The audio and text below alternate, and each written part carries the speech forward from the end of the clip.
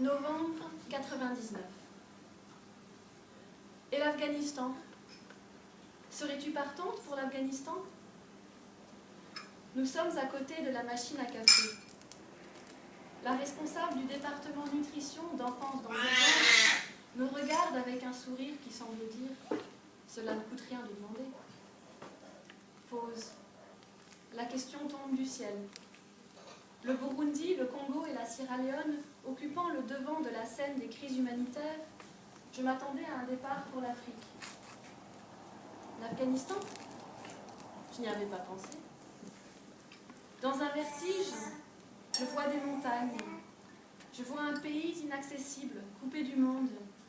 Je vois les silhouettes de jeunes Françaises voilées, volontaires travaillant pour une ONG, côtoyant des hommes barbus, coiffés de larges turbans et armés de kalachnikovs, aperçus dans un reportage à la télévision quelques mois plus tôt. Pourquoi pas? Oui, je suis partante. Je sais en partant que je suis à l'un de ces carrefours que la vie met de façon imprévue et presque taquine sur votre chemin. Je me vois choisir, sans que la tête ait son mot à dire, « the road less traveled by ». Si j'avais su que ce n'était pas une aventure d'un an qui commençait, mais celle qui engage toute une vie, le nœud d'angoisse et d'excitation qui me serre le cœur en partant m'aurait sans doute étouffée. Kaboul, janvier 2000. 2 jours après mon arrivée, je vois Dr Sabir pour la première fois. Mes collègues Jeanne, Sylvie et moi le croisons alors que nous sortons de la guest house. C'est un homme barbu, plutôt grand, plutôt jeune, portant un chalwar kameez, la tunique traditionnelle que les hommes sont contraints par les talibans de porter. Un pull à col V dont dépassent les pans de sa tunique et un anorak noir lui tiennent chaud en ce matin d'hiver. Derrière le sourire souligné par sa barbe, je découvre un regard doux, vif et rieur, et j'entends dans une voix pleine d'entrain, nuancée d'une touche de timidité, « Welcome to Afghanistan ». Dr Sabir, responsable des centres de nutrition supplémentaires, sera mon assistant. Jeanne, Sylvie et moi continuons notre route. « Tu as de la chance, me disent les filles, taquines. C'est le plus beau de l'équipe. » Cet homme à l'allure élégante me sourit amicalement en s'éloignant, peut-être tout aussi intimidé que moi. Serais-je à la hauteur? Le décevrais-je, cet homme au beau sourire, lui et les autres membres de notre équipe? En Afghanistan, il est courant de différencier les personnes en se référant au nom de leur père. Ainsi, Sabir est Sabir, fils de Habibullah, ce qui veut dire, m'explique Dr Sabir lors de notre deuxième rencontre, l'aimé de Dieu, ou l'ami de Dieu. Il devient alors mon Dr Friend. Il est mon premier professeur dans ma vie professionnelle, mon premier ami dans ma vie afghane.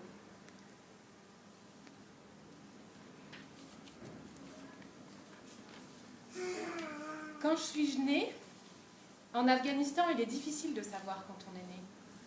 Je pense être née vers mai 1970, au nord de Kaboul, dans un district du nom de Farza.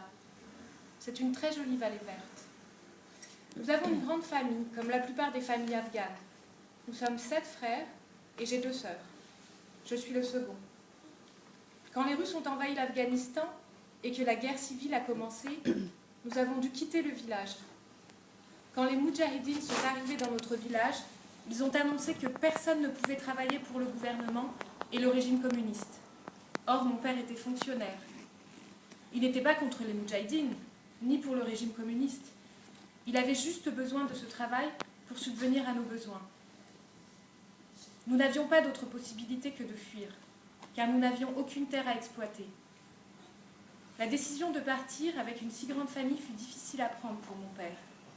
Mais il l'a pris, notamment parce que notre école avait été détruite par les Moudjahidines.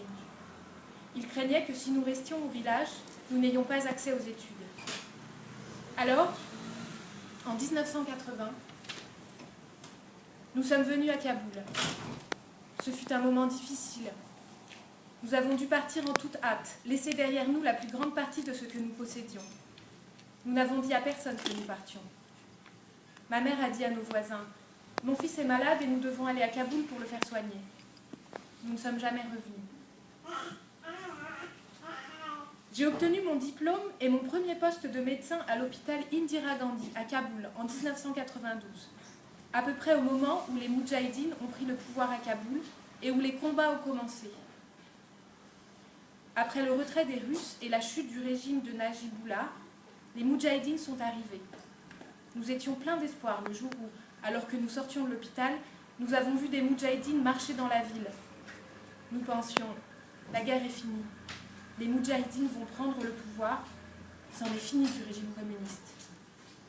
Mais 2 ou 3 semaines plus tard, ils ont commencé à se battre et la ville a été bombardée. Ce furent les jours les plus noirs de l'Afghanistan.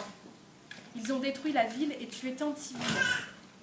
Durant les 14 années du djihad contre les Russes, ils étaient endoctrinés à croire que les gens de Kaboul étaient leurs ennemis. Ils nous disaient « Tu étais là, donc ton fils, ta mère et ta sœur sont sortis avec les soldats russes et ont pris du bon temps avec eux. » Mais les habitants de Kaboul n'étaient pas heureux de la présence russe. Tout le monde sait que les Afghans n'aiment pas que des étrangers prennent le contrôle de leur pays. Travailler à l'hôpital était terrible. Les Moudjahidines y venaient avec leurs fusils, leurs chaussures pleines de boue, et entraient dans la salle des opérations. Un jour, nous leur avons demandé « Pourquoi venez-vous ici avec vos chaussures sales ?» Ils ont répondu « Vous êtes des communistes. Vous n'avez pas de respect pour les Moudjahidines. C'est avec ces chaussures que j'entrerai au paradis. Alors, pourquoi vous ne me laissez pas entrer ?» Chaque fois que quelqu'un mourait, quelle qu'en soit la raison, nous, les médecins, devions nous enfuir de l'hôpital pendant quelques heures, parce que si l'enfant d'une famille de Moudjahidines mourait, ses parents ou sa famille venaient nous battre. Ils pensaient que nous n'accordions pas toute l'attention requise à leurs proches parce qu'ils étaient des Moudjahidines. Nous tentions de leur expliquer, il n'y a pas de courant, pas de médicaments, pas d'équipement, et vous nous avez amené votre enfant dans un état critique. Mais ils nous comprenaient rarement. Ces moments furent les plus noirs de ma vie. Nous pleurions, nos mères pleuraient, nos frères étaient tués, mais personne n'entendait notre voix. Personne ne demandait qui a amené ces Moudjahidines, alors que c'étaient les pays occidentaux qui les avaient amenés, armés comme contre les Russes. Et quand la Russie s'est retirée, ils ont oublié l'Afghanistan. Au milieu de toute cette violence, mes amis et moi avons décidé qu'il était temps de nous marier. Nous étions 5 amis à travailler ensemble. Nous étions comme des frères parce que nous étions ensemble depuis nos études à l'université. Quelque temps plus tard, un groupe de médecins, dont des femmes, est venu faire son stage d'externat. Nous les connaissions de l'université et avons décidé de choisir nos femmes parmi elles. J'ai été séduit par l'une d'elles et l'ai demandée en mariage. Sa réponse fut très ferme. Elle me rejeta.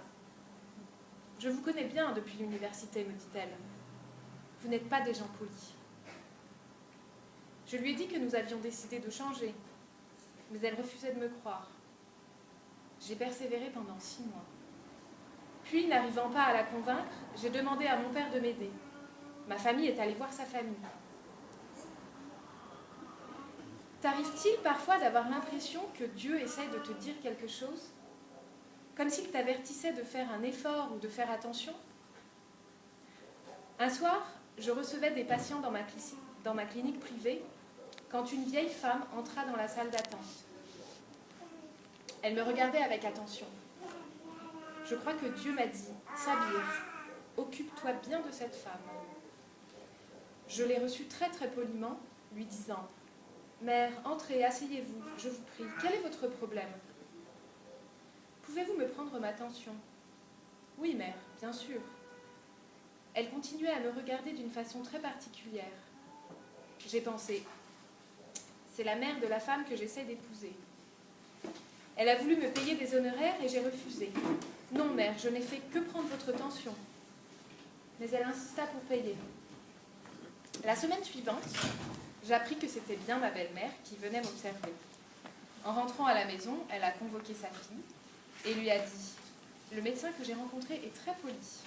Il paraît très bien.